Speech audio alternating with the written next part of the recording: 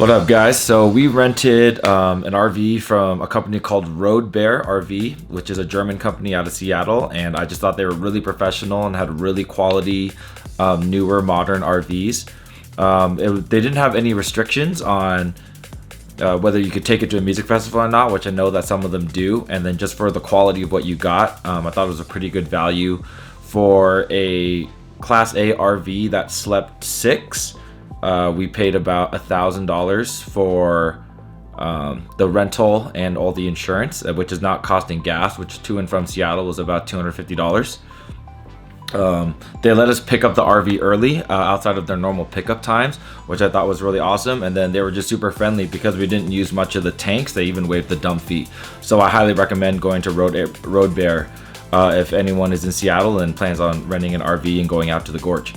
One thing that I always recommend, that I always do, is so there's basically two entrances to the Gorge, one going eastbound from Seattle and one going westbound from Spokane.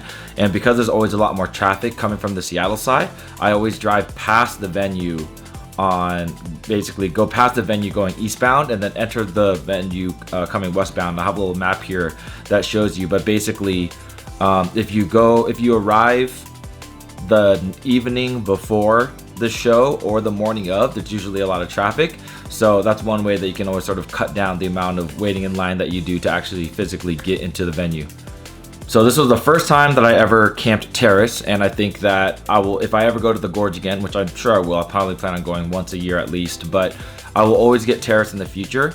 They have a really, really great system on who they allow in and out of Terrace, and it's really locked down. I always felt my stuff was really safe there, and then there's quiet hours after 2 a.m. So I felt like you can get really good sleep, and it sells out almost immediately. So whenever I'm thinking about going to a future show at the Gorge, even if I don't end up going, I might not buy the tickets right away, but I'll definitely buy the Terrace Camping Pass because it definitely retains its value and is a good investment, and then it's something that is much harder to find later down the road. So that's just something that I'm going to be doing going forward. It was really nice because there was a private shuttle that took you not only to the venue, but actually physically inside of the venue to the house stage. So you had your own private gate. You didn't have to deal with the GA gate at all. And you had someone basically scanning your tickets just for Terrace Camping. And there's a shuttle that was for Terrace people only, and that ran about every 10 to 15 minutes. So I also really recommend getting a pass that allows you to go in and out. And I think that was VIP or box seats, which I'll get to later in the video. But I felt that it was definitely the way to go. There was, indoor, like semi-permanent structures for bathrooms and showers at basically every campsite that you could walk to. And then I just felt like it was a more mature crowd. People were more respectful, and there weren't any random people walking around because the people there were really professional, took their job very seriously. So let's check out more of the video. My heart is beating to your drum, and I'm blinded by the sunshine in your eyes. Not thinking twice, and mind is down. Although I know you're all I want. How could I crave something so bad? My sweaty palms reveal a warning I should hear. But I don't care, you drive me mad. I'll ignore the truth and run to you. So we could drive away. You'll hear me say everything is gonna be okay. I don't need nobody else. Obsessed with you, trying to stop me, but I'm under your spell. Can't help myself. You know too well I need you close. Can't help myself. Trying to stop me, but I'm under your spell. Can't help myself.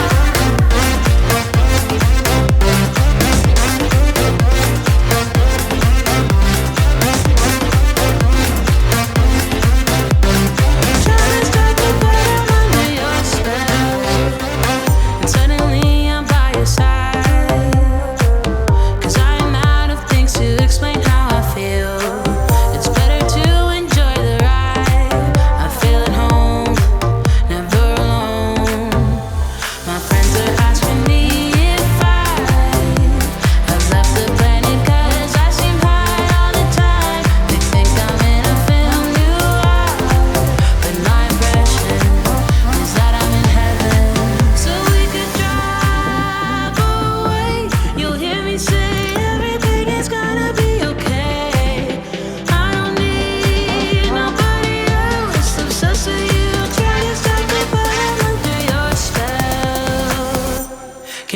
myself.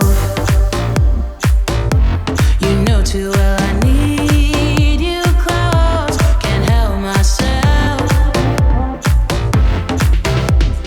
Trying to stop the fall under your spell. Can't help myself. So I had a couple friends who have gotten the box seats before, and so this is my first time actually getting it for myself and my crew, and it's something that going forward I will always try to get if possible. So basically there's not really a lot of flat areas to dance. Basically on the whole gorge you basically have the large